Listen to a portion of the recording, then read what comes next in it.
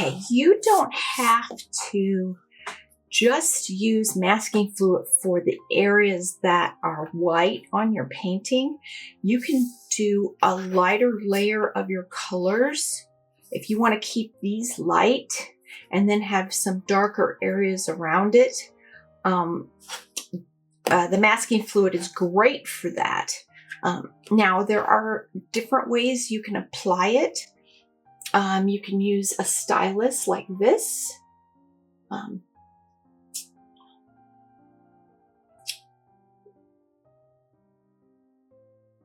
And dot it.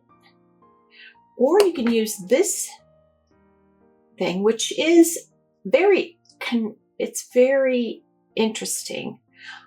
Links to both of these are in the description, but this can hold ink or masking fluid. It has a screw to open up, and it actually has the liquid stay in there. And then you can close it based on how thin you want. A lot of times I use this because you don't want to mess up your brushes. If you do use a brush, use one that you don't want to use anymore. I did see a video recently where they said dip it in Dawn dishwashing liquid before you dip it into the masking fluid. Now, a lot of times the masking fluid comes with an applicator. The problem is it's short-lived. Even though it has a needle here, you can press it and it gets clogged extremely easy. So what I do is I just put a little bit on a dish, and because it dries extremely fast. And then I go and dip my contraption in there. Right? See, it's holding that liquid. I can make dots and designs with that.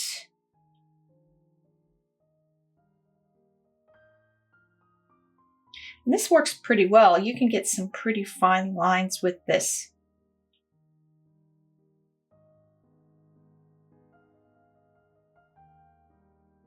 If it stops applying, then you just dip it again.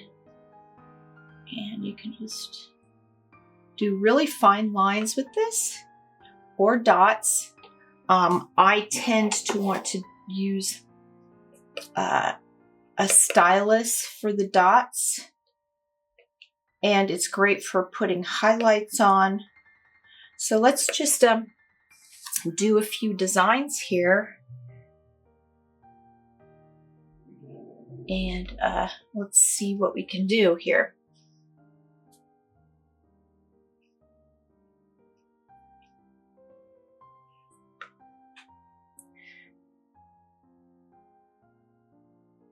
So you can do flowers.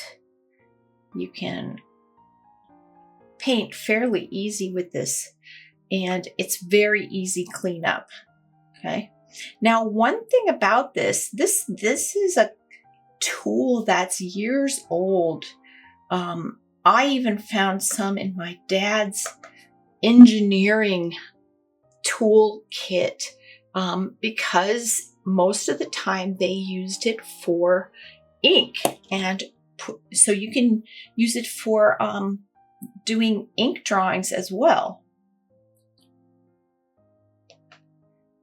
But sometimes buying these old tools and doing traditional techniques, I actually appreciate them so much because, you know, I've sat at the computer for 25 years in the film industry working digitally on paintings, and even though I have a degree in fine art and photography, I did not even touch traditional things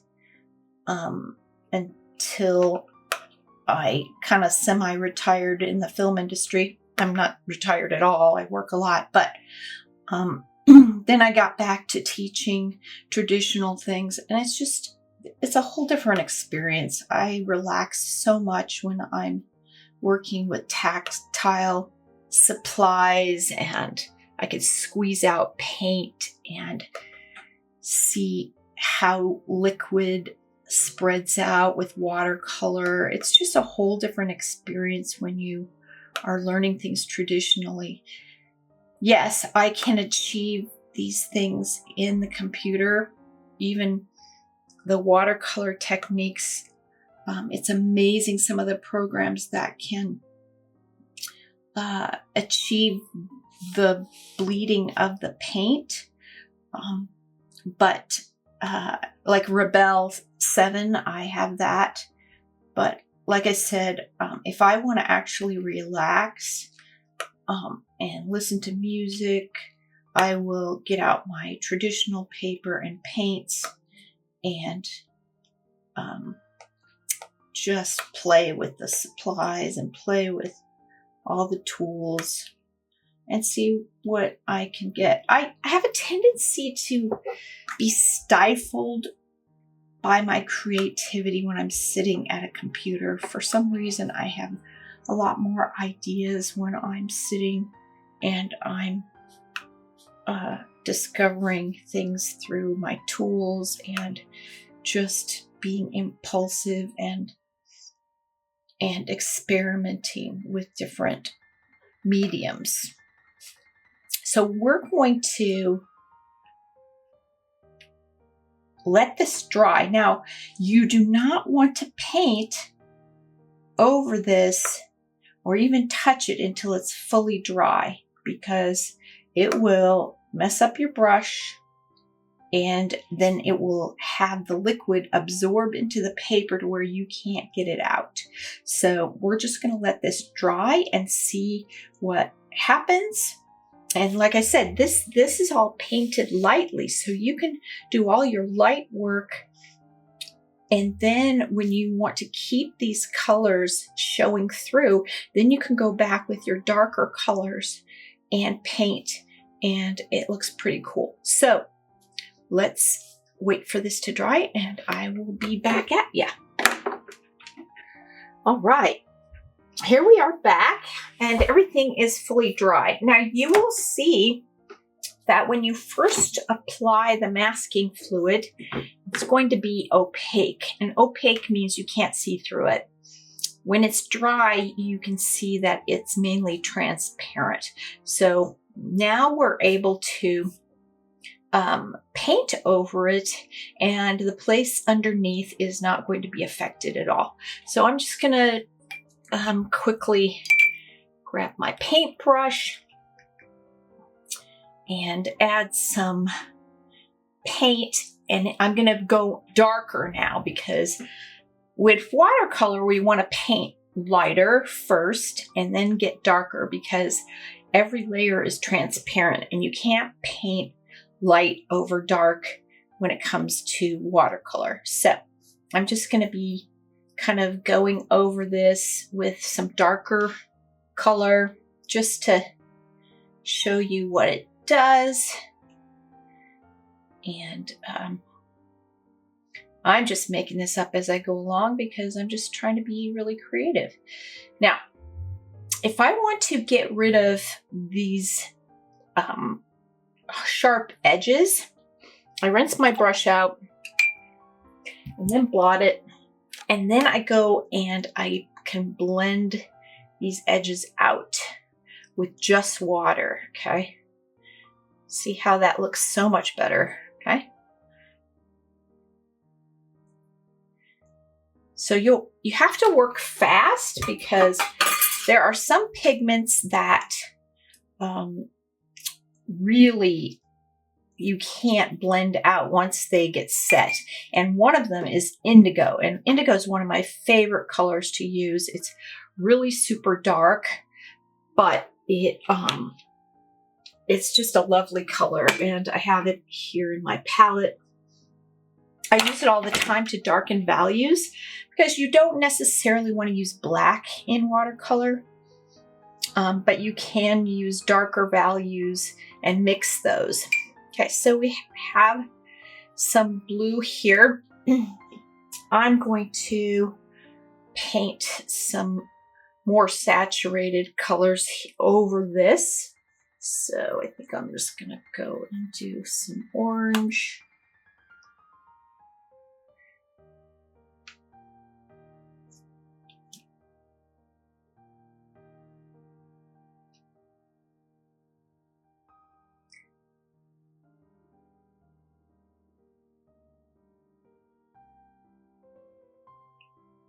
And you want to, with watercolor, you want to barely touch the paper onto the paintbrush. You're actually dropping paint on.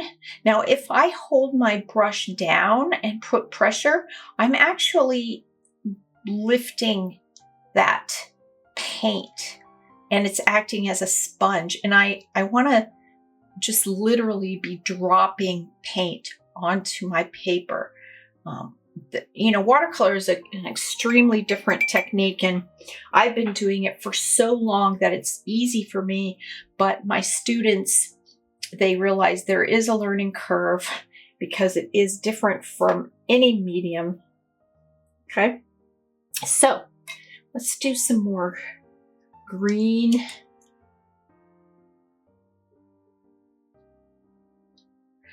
So I'm dropping that paint on my canvas. So when you're working with things that you want to bleed, you want it to be a little bit more watery than usual. But you still have a lot of pigment. And remember, with watercolor, it dries lighter. So there are some mediums where it dries darker, and one of them is gouache. I use both watercolor and gouache, and both of them are fun to use. Sometimes I use them both in the same painting.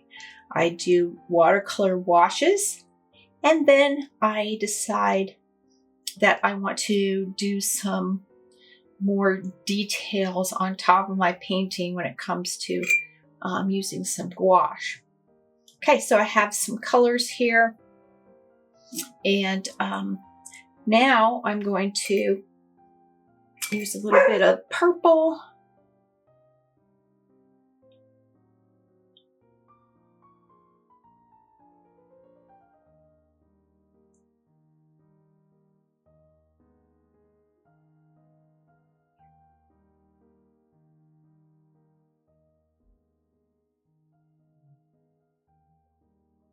And it's fun just to experiment and not have a plan sometimes. I have commissions, and sometimes when I'm working on projects that people are paying me for, well, a lot of times, it takes weeks of planning. I need to be very strategic in my schedule. And it's not much creativity on my part, seeing as someone's hiring me to do their idea. But it's really fun to be able to take some time and just experiment with mediums, especially if you're not familiar with them. You want to be able to really get to know each medium and how it works and get the techniques down. And that just comes from repetition, because you're not going to be a master at something just doing it one or two times. And that's one of the things that I'm constantly reminding my students of. Sometimes they want to skip the lessons that I have in mind for them, and they want to step ahead, and then they overwhelm themselves with something that is extremely difficult, and then they get really discouraged because their skills aren't up to the task, and then they get really frustrated and it makes them unhappy. And I want people to enjoy the journey, enjoy being able to learn and enjoy the process as you go. You will get there with the practice. You don't have people who are masters at things suddenly becoming amazing artists just after doing something a couple of times. It's hours and hours of dedication and repetition, and enjoy that process. Enjoy filling that sketchbook with different kinds of ideas and using different colors, getting to know color theory. Color theory is extremely important in getting people to see your work and have it look really great when it comes to just eye-popping compositions, because you want those colors to complement one another. Now, if I want to blend these edges, that's what I do. I rinse my brush and blot my brush, and I have only water on my brush, and then I use pressure, and now my brush is becoming a sponge, and it's soaking up that excess and blending that out. You always want to have 2 jars of water. One is for your clean water and one is for your dirty water. That way you don't have to keep changing your water all the time. Keep paper towels and other things to blot. But you know, these natural ways of blending and having things bleed, it looks so good. And if I want more concentration in my paint, I mix more pigment and, you know, drop some, and I just put a little bit of water on my brush, and then I can drop that concentrated paint on there, and it's going to bleed where it wants to go. Okay, now let's wait for this to dry, and then we'll do the fun part when it comes to taking off the masking material and seeing how that looks. Okay, I will get back at you when this dries.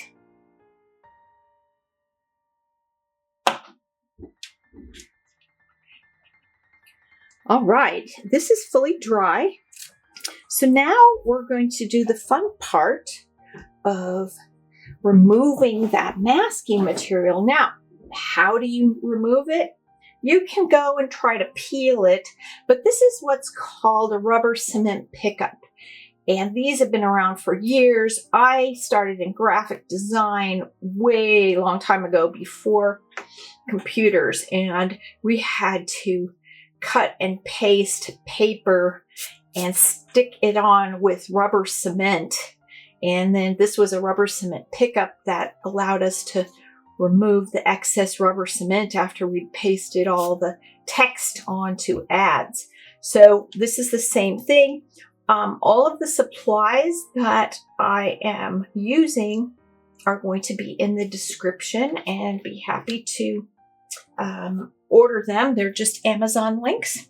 Okay, so now what I'm going to do is I'm going to use this, and I'm going to just go and peel that off.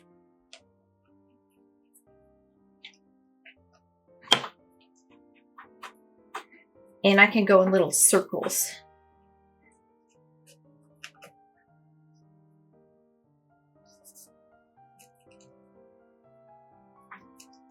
And the darker the paint, the more it looks like it has been masked.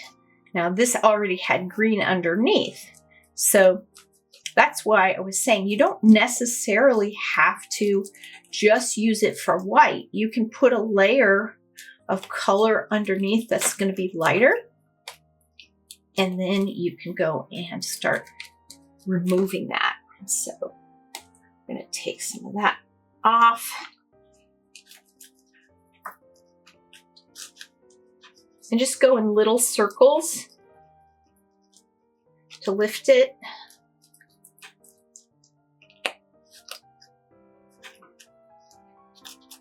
And some of these are subtle just because it had color underneath.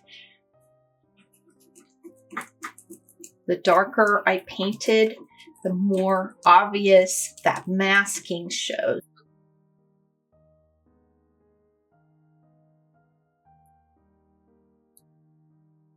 Just keep peeling that off or using a different corner. This one I need to replace. It's been through a lot. But make sure you remove all of that masking.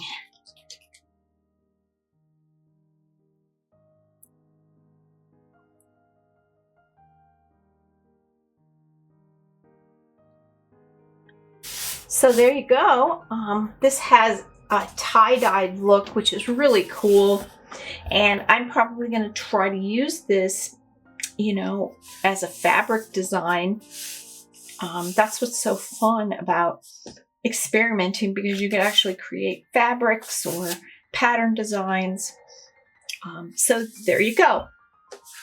I hope you enjoyed this video, and experiment with the tools and just have fun. Thank you for joining me.